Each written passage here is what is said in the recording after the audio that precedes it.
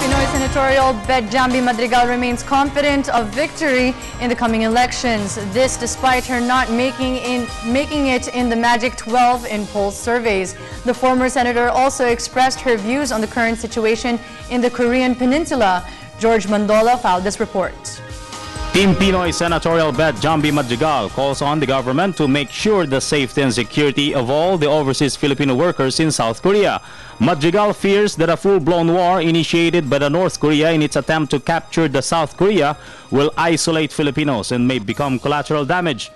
Ang importante po ay bago pang magbigay ng bulletin ng gobyerno, yung may kaya na umuwi, sana umuwi na sila bago lumaki pa ang gera sa North at South Korea.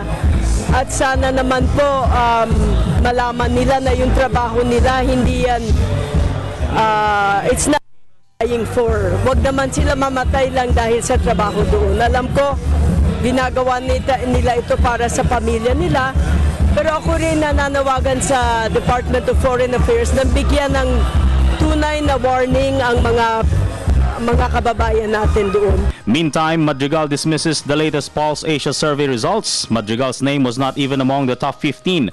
Per the former senator, in 2004, her name was not also among different surveys' top 15. But after the 2004 elections, she emerged as the country's number 4 senator. She, however, promises to double her efforts in the campaign and make people aware that she wants a comeback. Ang nasa survey ay hindi naman yung nasa puso ng taong bayan. Bagamat rinirespeto ko sila, ako ay nananawagan sa taong bayan rin na ang importante yung inyong desisyon at wag naman magpa-impluwensya masyado sa mga survey. For People's Television, George Bandola.